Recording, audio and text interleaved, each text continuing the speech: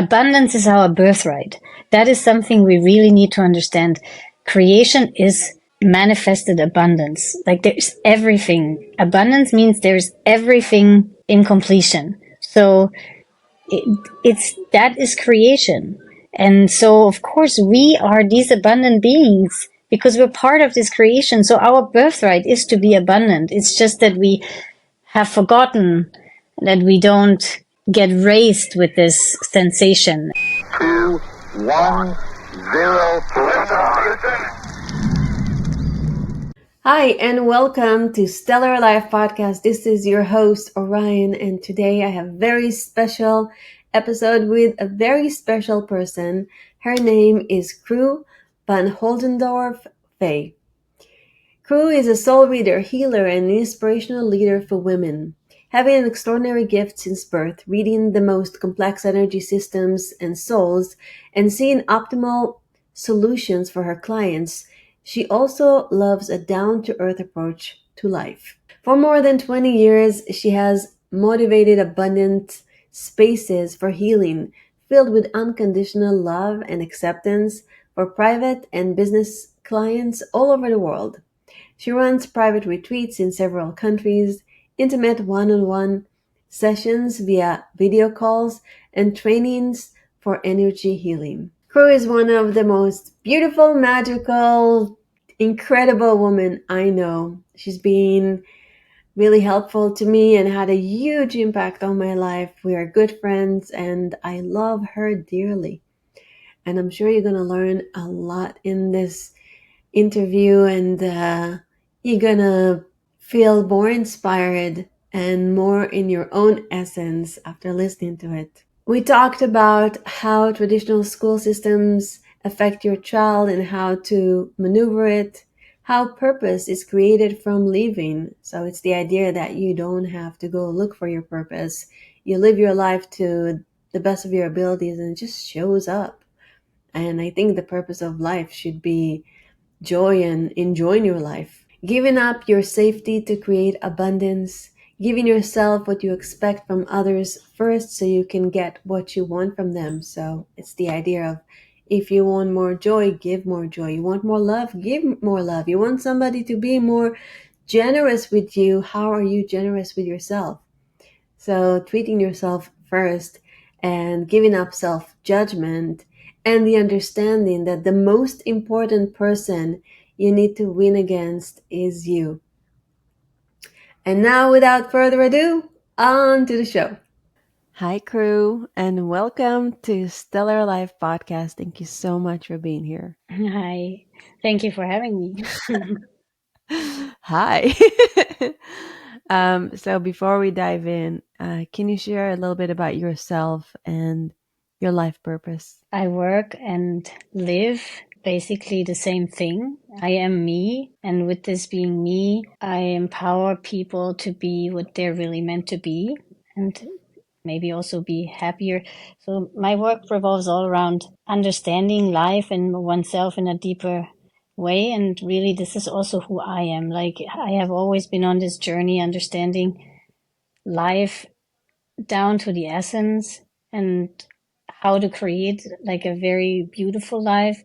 And so it's really me being me is my work, and it is me in privacy too. So I'm loving to live life. I think the purpose of my life, and I think actually the purpose of all life, is to live. And we don't have to search so far for purpose, because purpose, that just creates through living, and it will automatically form. We don't have to chase that so hard. It's like in the living that we find what truly brings our own inspiration into the world. And so, yeah, the purpose of my life is to live to the fullest and be me in every possible way. I know that as a child, you had a different childhood where you could see things that other people couldn't. Maybe you can share a bit about that. Yes, so I was born with a awakened mind. Maybe that is the best, or awakened consciousness, the best way to say it,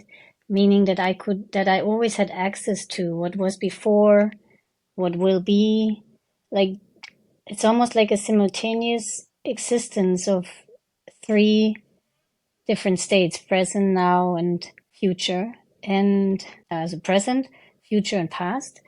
And that is a very unity experience that made Mm. me able to understand more than just five sensory experience. So I was able to see people's aura, see their essences, see the being that is behind every wonderful soul. And I was able to see the nature also completely different in than most people see it. Honestly, I don't even know if we all know what somebody else sees because we have never looked through somebody else's eyes. But the way how I perceived that what I saw was different than what others saw is that when you start talking about things that other children would say, that is not true what you're saying, or this is just a fantasy, or you wish it to be there. So I realized fairly fast that there were very little people that saw what I saw, that experienced the world in such a multisensory dimension. And so that was a blessing and a curse at the same time. Being like Yeah. that duckling that doesn't fit, um, it can Mm. be sometimes very hard. But then also, it was such a blessing because I was never really held back by people show me. Like if people acted ugly towards me, I knew why they would do that because it is visible. And so I knew it had nothing to do Mm. with me, so I didn't have to take that personal. So that was in childhood, right? Like, so I had a very good sense of being able to understand the dynamics in groups, and that can create a lot of safety. But then on the other hand, if you are always the Mm. duckling that doesn't fit, then there's a lot of insecurity in another way. So it was it was quite a ride. Also, to always Yeah. see, like when people lie to me, I knew they were lying. Like you can see that in the aura. The aura changes completely when somebody lies. And so of course, if Wow. you are in this situation, somebody is lying to you, you know the truth. That's so awkward. Yeah. From one misfit duckling to another. I know. I still feel like a misfit duckling sometimes. Many times, most of the time. I feel like there is a sense of being different. Yes, that is a part of being awakened. So awakened Mm. selves are just different than if you think that you're the only sheep that is awake in the whole herd and everybody else is still sleeping, then yeah, you're different. And that will never change Yeah. until the others wake up. But doesn't matter. Different is not worse. That's what my mom always told me my whole childhood. Mm. Different does not mean worse. Different just means different. And it's just as good as the masses. Like, even though it's just Right. a small little thing. She even later on explained to me that it was something very special and that I should use this gift and not think of it as a curse. And thank Yeah. God for her. I never forgot. I think a lot of people, like a lot of kids, are born with these abilities and with a more awakened consciousness and memory of past lives, and maybe even have a lot of knowledge about how the creation works. It's just that they don't have somebody that tells them that this is okay, that that's not just ideas that they have, that they can develop those senses further. And so a lot of children stop being that way in the age of 7 because that's when the cognitive Mm. brain starts to develop. And so they just don't have that person that, or maybe that's Umfeld, like I'm thinking of the English word, the surroundings that would support Mm. and help to keep this. So there's a lot more like us right now in this world. It's just that they're still raised by people that don't understand what that is, and so they cannot support Right. this style of awakeness. This is a really big problem actually right now because we have a world that does not cater to these new generations, like the systems, the school system, the way how kids are being raised, the way how they're being supervised. All of these things are still very, very old systems. And these new children, Mm-hmm. they need completely different things. I'm telling you, 8 out of 10 children that are born today are entrepreneurs and not followers anymore or workers. But the problem is school system does not create entrepreneurs. It creates workers. My son was homeschooled for 3 years, as you know, and now at school he's becoming more of a follower. It feels like more obedient in a way, not to me, to his teachers. So yeah, and I see that, every time they go out, they put all the kids against the wall and they count them 1, 2, 3. So it's like you're a number within a class, and there's even though they preach a lot of individual attention and all that, it still feels really strict, and like, at least for my little one, they see him but they don't see him, you know. Yeah. I mean, how could they? If you don't see yourself, it's very hard to see Right. someone else. And they are, I'm German and we moved to the US. And then in the US, later on, my children went to a Montessori school. And Montessori is from Europe. Mm-hmm. And so then I discovered that even in the Montessori school, teachers are still American and they have a completely different way of upbringing. So they don't even Mm-hmm. handle that concept the way how it is designed to be, because they just can't get out of whatever they were brought up in. Same in the Waldorf school. Like Lila went to Waldorf later, and I'm from Stuttgart. That's the birthplace of Waldorf education, Mm. and in many ways they still do their American style teaching, even though they're in a completely different concept, like not the regular concept. Like Waldorf and Montessori, a very different concept compared to the other ones. And so I think that when you go to a place like America, there's you will always get what this culture brings forth, and that is the same thing with parents. Like when you give birth to children that are completely new and they need something completely different, but you don't know how to answer to that because nobody ever taught you. So you will raise them in the way how you were raised, or how maybe the society tells you how to raise children, and you will not answer to what this child really maybe needs. And so we see this. We have a lot of ADHD and diagnosis and then medication. And these children, there's nothing wrong with them. They are actually amazing children. They have their senses so wide open that they Mm-hmm. feel everything, everything. And so that makes Wow. them Yeah. so confused because they have third eye chakras that are so expanded. Mm-hmm. So they have perception that is, this is unrelatable. Like it's to any person that doesn't know how to perceive on that level. Like, so they get so much Mm-hmm. influence, so much. And that needs to be processed the whole time in a time when you also have to learn how to do life. So it's a lot.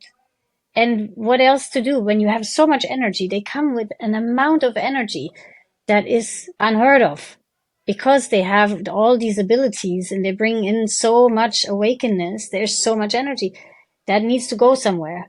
But the school system wants you to Mm-hmm. sit down and be nice and be quiet and Be a robot, yes, basically. yes. Shut down your critical thinking, answer the questions that we ask you to answer, and just be a little, I don't know, just like a little part of the system. There's less individuality. So what was your journey to finding yourself, to learning, to discovering yourself, and how do you think one can find themselves? My journey was probably a very unique journey that is not so easily replicable because of the way how I was brought up, and with my mother that was very spiritual from the beginning. And so she already early on, like I had a carpal tunnel. Is that what you call it in English? Like when you have like an inflammation Yeah, here. And she is like, what do you not want to, uh, I don't know how to say it in to English. hold on No, what do you not want to to do? Like give it action, yeah. because with hands you give action. So when you when your hand is uh, not well, then there's a deeper sense behind it. So, or when I had pain in my knees and I couldn't walk, she's like, "Where do you not want to walk to?" So she was Mm-hmm. always very reflective with me, making me try to understand myself and understand what is the deeper meaning behind the things that I'm doing. So I was very, very self-reflected early on. I wanted a mom sometimes that just, oh, boo, boo, like, but maybe in the end it was better this way. I don't know. But that has definitely been my path. Then for a while, I wanted nothing to do with this whole serious business in the world. And I went climbing and skiing, and that's all I did for years. Because in the mountains, it's quiet. There's just me and the rock. And on skis, it's also quiet. There's just me and the snow. And so I love those two things because they gave me a break from feeling everything, from seeing everything all the time. So I started to go into a career in the health system and noticed right away I can't do it. Like I was so young and I had no clue how to shut down these abilities or basically put a switch Mm. in so that I can switch it on and off. So I ran away from that very fast and went into doing nothing but climbing and skiing. And then I got pregnant with my first son. Very surprisingly, I was about to be a mountain guide in Chamonix, which is in France, and that was clear to me when I got pregnant. I will not put myself into a risky place. Now it's time for me to be a mom, and so I started already in my pregnancy to really work on trying to understand how can I live with these abilities within community without having that need to always help and carry and do all these things. So that was a journey that I took. It's almost like there's no boundary between you and other people. Yes. There's like it's all at once. Like all the feels are mixing and you're just like, oh, I just want to be there for everyone and I can't like it's overwhelming. It's being so expanded all the time that there is no boundaries between who you are and other people's psyche or even other dimensions psyche. Yes, and that's just people. Like there's a lot more than just people in the world, and then there's also all these thoughts and thoughts. If I'm Mm. not in a very good place, then I can hear everything. Now I know how to switch it off, but then and even if when me and my boyfriend were fighting and he was saying internally in his head things to me that were very hurtful, I could not distinguish anymore. Was that in his head or was that spoken? Like I cannot distinguish Mm. between those things because both things sound the same and to me. And so that was always like I love people more than anything in this world. I love people and love community. I'm half Turkish, so I'm like, can we all pile on top of one another? I love everybody together always, but that was so hard for me. Have this deep love, but then this overwhelming experience with everybody and feeling responsible the whole time. Like that was really Lou, my son, who's now 21, that brought me on a path of where I started to train with these abilities and I did different trainings all over the world, and all of them were really just designed for me to know how to turn it on and off. Mm.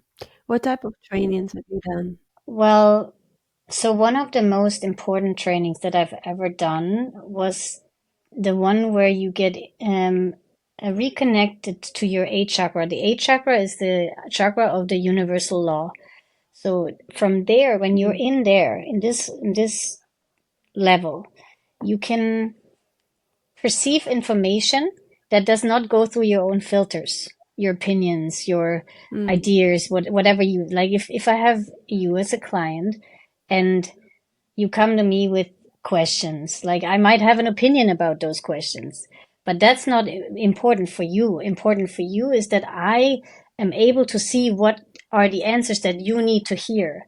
And sometimes when we have gone far enough, like I think that all of us who work in this field are eventually able to distinguish between your own opinion and somebody else's truth.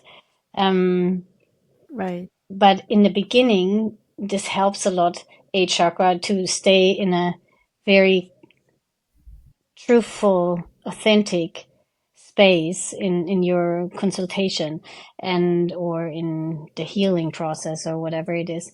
So I've always I felt like I've always known how to access this level, but I just didn't have the technique. Like, so in this training, I learned the technique, how to get there, what that means, like actively, not just, oh, this is me and I can do this. Mm. Like, I can do everything that I'm doing today. I have already done as a little child, but I know now how it works. Like I know how my system works. I'm like a machine, like everybody else is a little machine with lots and lots of wheels. And if you turn on one, then this one will turn another one, or, like it's more complex than just a few wheels. But Mhm. so now to know that taught me how to shut it down. Like I can now walk through town and not see a thing if I don't want to. And that is wonderful. Wow. Yeah.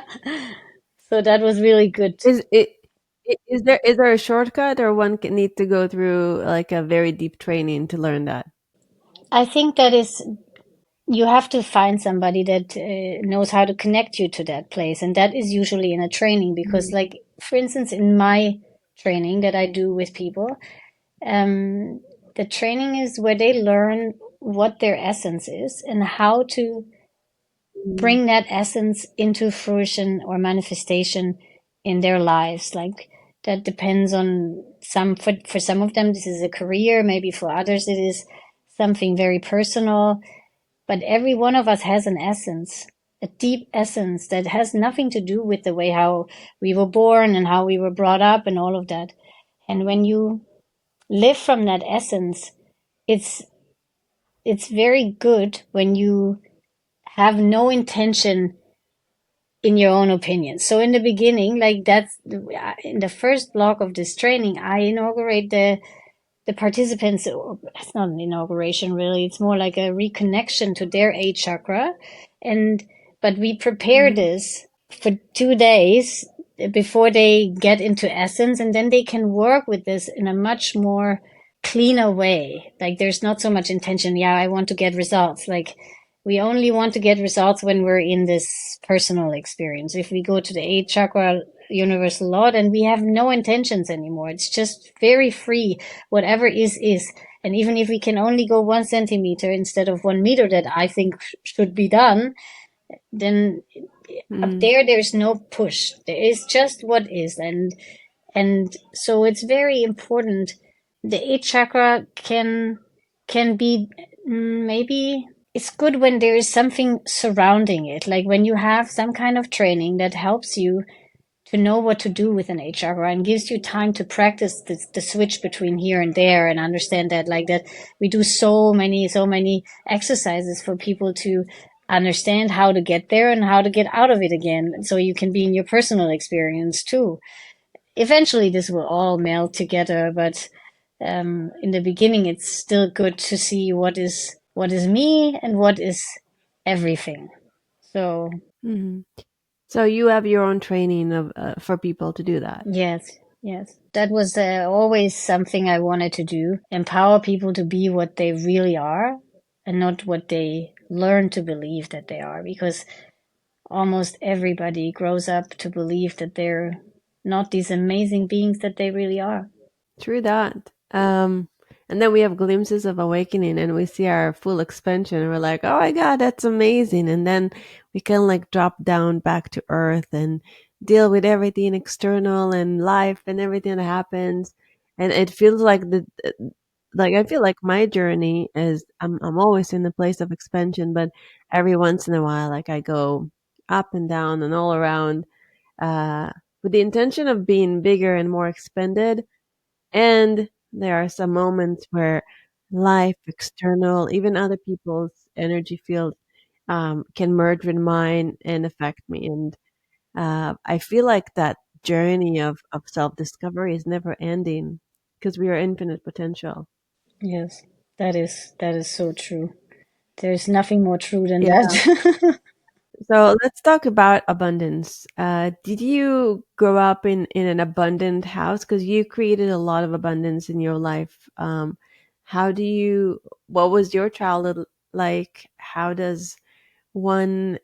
you attract abundance? And what are some tips for others to attract more abundance into their lives?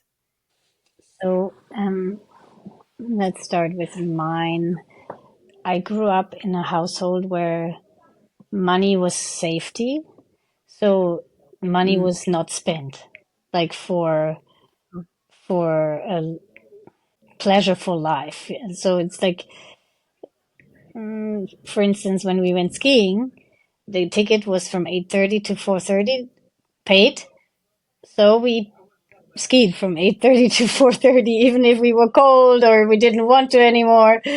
Um, yes.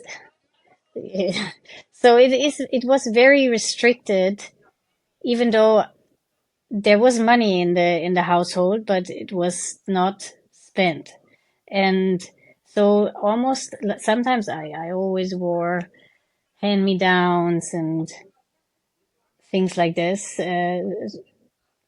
because and I didn't have what everybody else had because money was not spent in my household, even though money was there. It's a very interesting concept of humans holding on Yeah, some people have that where, for a later yeah. point that never comes really. Like, because when is that later point when you are ready to give up your safety? Because in their mind, this is all about safety. And so I'm coming also from a Germans are very much like that. And then on top, where I grew up, they're even more like even famous in Germany for being like those savers. So, and I can say that I had a lot of abundance in my life because of my experience that was so abundant in a way. Like for me, the buzzing of the bee or the red of the tomato in my mom's garden, or like those are just simple little things, but they had so much wealth in them. Like I always recognized those things. Like I was so 360 aware of everything that that red of that tomato just that vibrated so strongly and it made me feel like the richest person. And the same thing Mm. with seeing all the beauty in the world while everybody talks about what is shitty all the time. Like I also saw the stuff that was not so pretty, but I saw so much beauty and I could feel the love that is truly there in everyone, even though it's not always projected and more kept, especially in Germany. Like people are very reserved when it comes to emotional expression. And so I felt very abundant. Also, always I felt like no matter how little I had, I always felt my pockets were so full. Sometimes I had not even a penny to buy myself breakfast. And but I was so happy because I felt like I have always everything that I need, and I did. Like those were the times when I was just climbing and skiing, and I didn't want to work so much. So sometimes I had no money left for breakfast, so then I had to work a little again before I had fun. But it was not a problem. Like Yeah, I had those periods of times in my life. I remember those. Yes. Yeah, I also remember times where like it became a little stressful, but I always found a way. yeah, um, I that's always been me. I knew that abundance is our birthright. That is something we really need to understand. Creation is manifested abundance. Like there's everything. Abundance means there's everything in completion. So it, it's that is creation. And so of course we are these abundant beings because we're part of this creation. So our birthright is to be abundant. It's just that we have forgotten that we don't get raised with this sensation. And I think a part of me was in this experience with them, with self, that I just always felt I was rich, even though sometimes I had only like sleeves till here because I didn't have fresh clothes that fit, and stuff like that. That never really influenced this feeling of me being abundant. I always felt like I was rich because of everything surrounding me, and everything is rich. So that, and I was one with all of these things. So of course, then I must be rich too, right? If everything is rich and I'm also rich, not in the way of money, like rich in fullness, and it's there, it's available. So sometimes the dissonance between what was reality in my household and what I experienced was very big. So so you always felt abundance, but the feeling of abundance doesn't take you to the grocery store or buy you a home or allow you to buy a beautiful piece of jewelry. Yeah, that is really Ha- actually, yes, that is what lets you do all those things.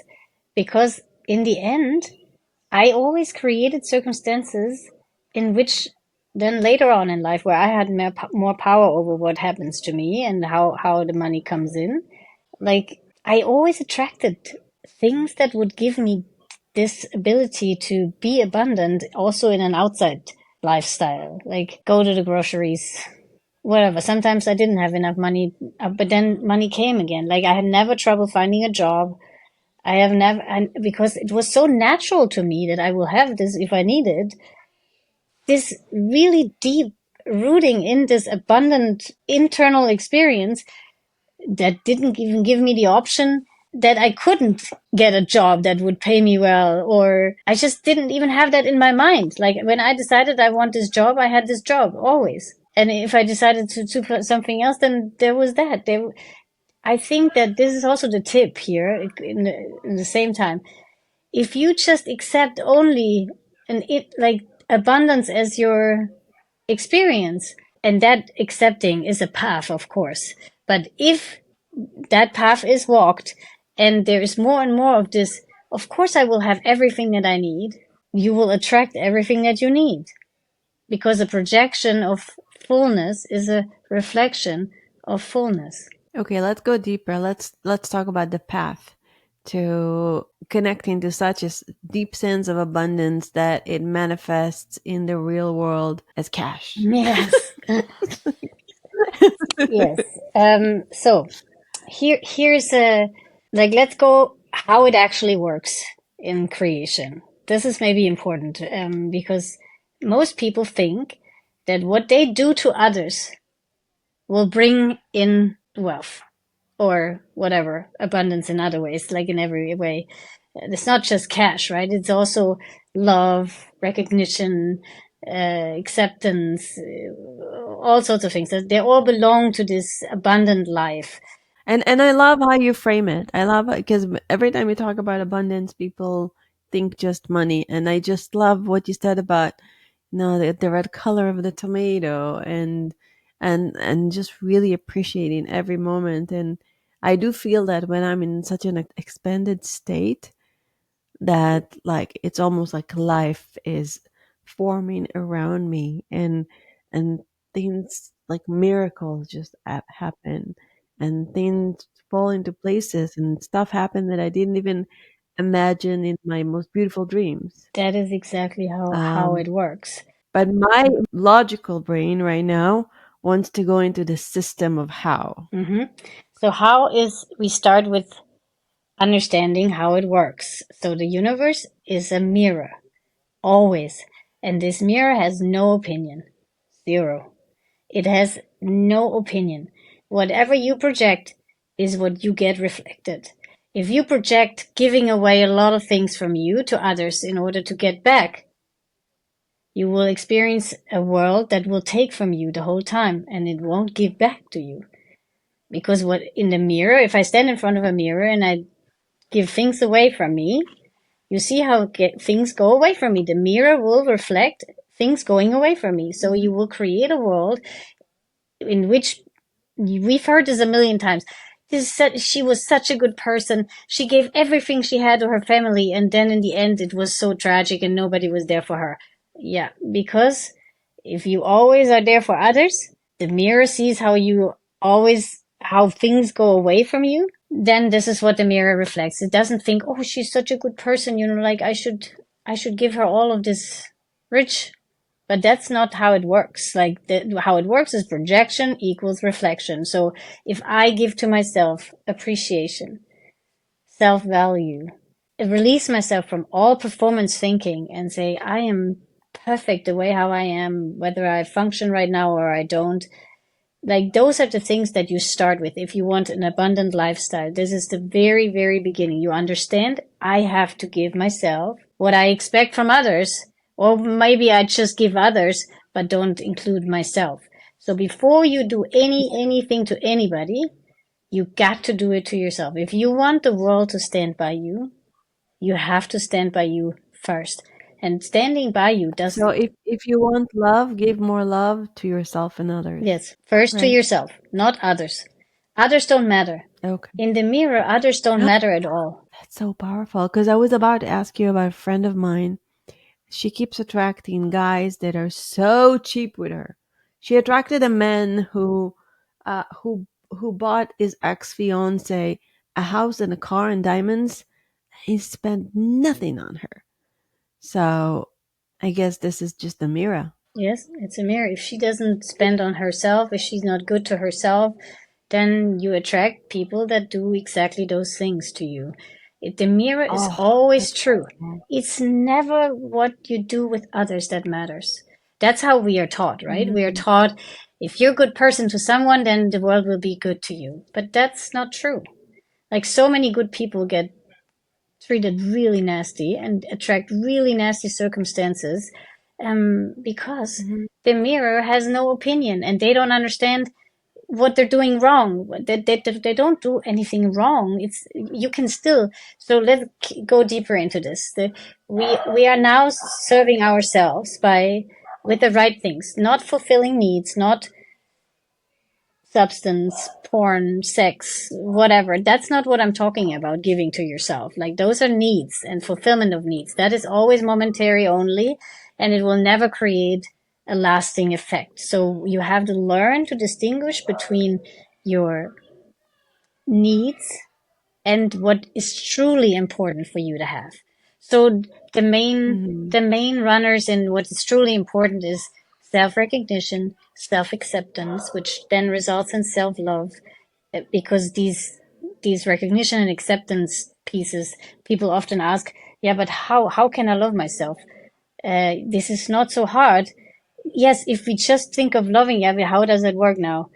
That overwhelms us. But when we understand it is a recognition and acceptance that brings us into the space of love for ourselves, because in the presence of acceptance, there's always love. Love is infinite, always existing, and only judgment makes love feel like it's absent. And I don't have to explain this to anybody. Humans are really, really good at judgment and self judgment in the worst way. So mhm, as soon as I have self judgment, I can't feel that love for myself anymore. So what I have to do, I have to eliminate the judgment part and start to accept everything as perfect and divine as it is, even though I make mistakes. Yes, we make mistakes. That's okay. That doesn't make us any less mhm. valuable. Even though we don't have a Louis Vuitton suitcase or whatever. I have one from Ross. Um, it does. We are still equally worthy as a person that has more expensive things or more fame or maybe even something to eat and not to eat. Like, we are all having the same worth. And we can all feel that again when we release ourselves from all this need to be something and understand that we're already everything. And just because we don't know how to perform to be that doesn't mean that we're not it. It's like when the sun is behind clouds. It's not that the sun isn't there. The sun is there. It's just we can't see it. And so it's So this is a little bit of a tricky path finding out, okay, what is it really? But what always goes is recognition and acceptance of self. That is a very good self nourisher. Then choose your. So I understand what you're saying. Um, people who wear designer clothes are the same as people that don't wear designer clothes, and we're all naked underneath, right? And so this is a spiritual thinking and evolved thinking when one is in a mega super state and they feel abundant and they just listen to you and they feel amazing and yummy. And then let's say somebody with the hand-me-down clothes go into a room, or a woman. Let's do a woman within the circle of women, because that women always compare each other. She's going into a room where everybody else wear those super expensive clothes. Then how can you be so self-loving and secure within yourself to detach from this illusion of separation and one is better than the other when you're in a room like that? Because that's not an easy task. No, that's not an easy task. That's why we have to practice and practice and practice this task already when we're not in this room. It's like this Hmm. when I start practicing tennis, when I'm already on the match court, it's a bit late, like I have to practice tennis before a lot before I can go into matches. So Hmm. um it's a thing that we should start to practice, and then it will become less and less important what somebody else thinks, because the most important person that you need to win and convince of your own beauty, no matter what it looks like in the outside, is you. Hmm. Like, that's the only person that Yeah. you need to win. Everybody else does not matter. And Hmm. when you get that confidence, throughout practice, you will walk in this room and you will be magnetizing, because what everybody wants is not the designer clothes. What everybody wants is to feel that way, to feel so confident and to Yes. feel so Yes. radiant, being in tune with self. Like, that is what everybody wants. Nobody wants a Super designer clothes. powerful. They just use those Yes. to cover something. Um, Maybe that they don't feel radiant enough without this stuff. So, but that's not what they really want. What they want is to feel safe and secure, like that person with the hand-me-downs. So how does one get to a point where they feel so deeply rooted within oneself and so self secure and connected to self love and radiance that they can go?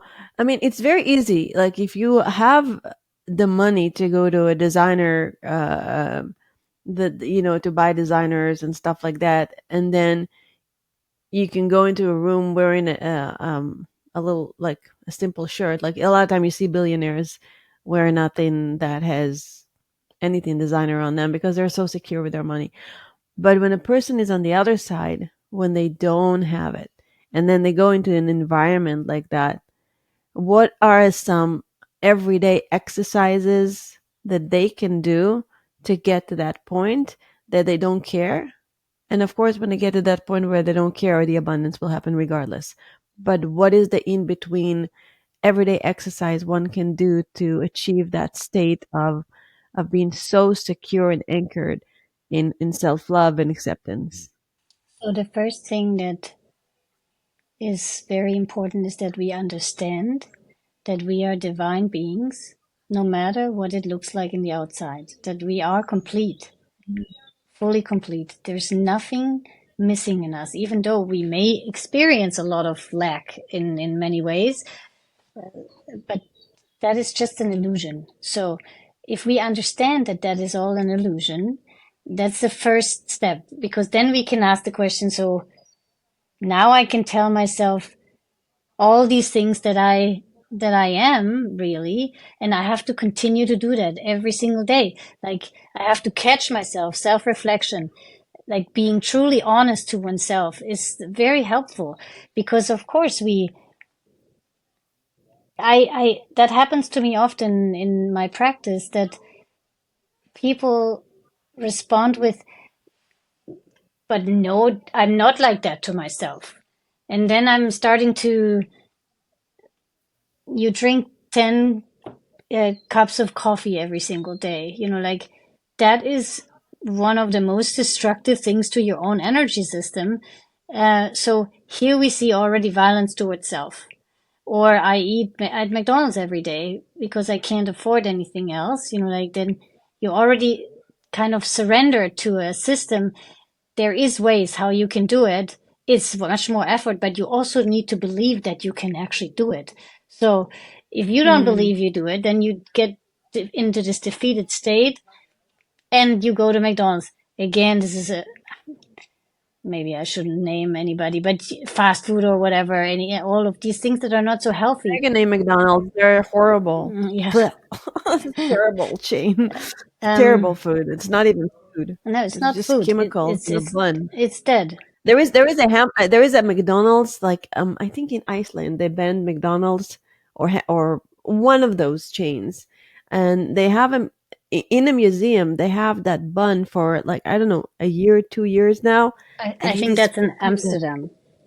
Amsterdam, maybe, I don't remember where it was, I don't or know. But I know about that but no, I'm burger with that you. is Yeah. still sitting there. So you said that the first self practice is what you put in your body and how you treat your body. And then I guess the second one is how you treat your mind and the conversations in your mind. Yes, and then think of yourself as a space. If you think of like you want to make your house nice, you don't shit in every corner in your house, right? You don't want to live in a house that you shit in every corner. So if you think of yourself as a space, as a house, that's what you are. I can explain further why this is that we are as much space as we are matter. But we don't need to go in there too deep. What you need to understand is you are a space. And all these negative thoughts, oh, I'm so ugly, or my butt is way too big, or, I mean, there's creativity in all of those. Anywho, I want to be respectful of our time, and I would love to have you on the show again, because we didn't even get into the magic you do with Lila Quantum Tech and the quantum block and the infinity block and all the energies that goes into that. Um, so before we say goodbye for now, what are your three top tips to living a stellar life, and where can people find you? So, number one tip, living a stellar life, is to believe that you deserve it. Like, really believe that, no matter what it looks like. Believe that you deserve to be abundant and have a stellar life. And Mm-hmm. the Amen. and the second one is don't ever take what you see for the reality on the surface, Mm-hmm. because things are so much deeper. And just because it looks one way does not mean that it has to be that way.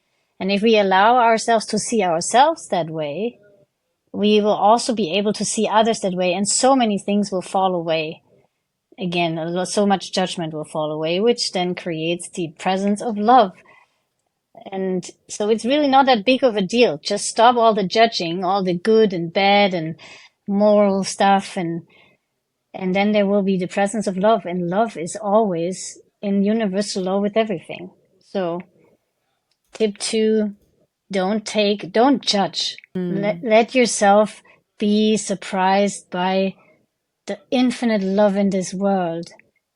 And if you open yourself with allowing judgment to go away, then the love will be present. That will bring forth the most beautiful things. So that's number two. And number three is be very aware of that mirror system, like the projection and reflection thing. What you put out is what you will get reflected. It's never somebody else's fault. This is always something that you can choose to change inside of you. You don't have to wait for someone else to change. If you don't like what you see in your surroundings, then change yourself, change the projection, and find out Mm. what is the projection. Like praying, for instance. Praying says, I don't have it. Please give it to me. Mm. That is the very first projection of lack. It's like I say I don't have it. So what does the mirror do? It won't give it to me. It will not be there because I already projected it's not there. So, but if I just meditate on the fact that I'm an abundant being and that everything I need is within me right now, what is a projection of abundance and a reflection of abundance. So it's a very tricky thing to understand all the undercurrents and the things that we're saying because we're praying for support. So we say, I don't have it, lack. Or we Yeah. are saving. Like I'm saving my money for later times. I'm saying in later times I won't have money. It's a lack again. And lack, Yeah. projection of lack does not bring abundance. Never. Like, I'm not there. I need to get better. What you're saying is you're not good enough. You're not saying I am better. Like, you're saying I'm not good enough. I need to get better. Like, I need to whatever. So this is a very tricky thing, to understand the way how we think. And I think we need another like 3 hours to go and do a deeper dive on that. So where can people find you? Your companies, your personal website, and where can they find you and learn more about you? So people can find me on Instagram. The name of my profile is Cru Essence, all together CRU and then Essence ESSENCE. And then the website is also cru-essence.com. And then we have leelaq.com, also LEELAQ.com. And that's really, I'm not very active on Telegram, but Lila Quantum Tech is very active on Telegram. We haven't really spoken so much about this now, but it's still probably interesting for everybody. Just look into the website. There's so much stuff. There's so many videos of my husband who's talking about the quantum realm, and maybe next time we can look at it from a more We can spiritual go side deeper. into the quantum realm. Yeah, I would love that. I love talking to you, you know that. And also I really appreciate you here. I appreciate your light. I appreciate the love that you share with the world, and thank you so much for being here on the podcast and sharing your wisdom with us. And thank you, listeners. Remember to believe that you deserve. You deserve it no matter what it looks like. Stop judgment and connect to love. What you put out there will be reflected to you. So reflect love and abundance and have a stellar life. This is Orion. Till next time.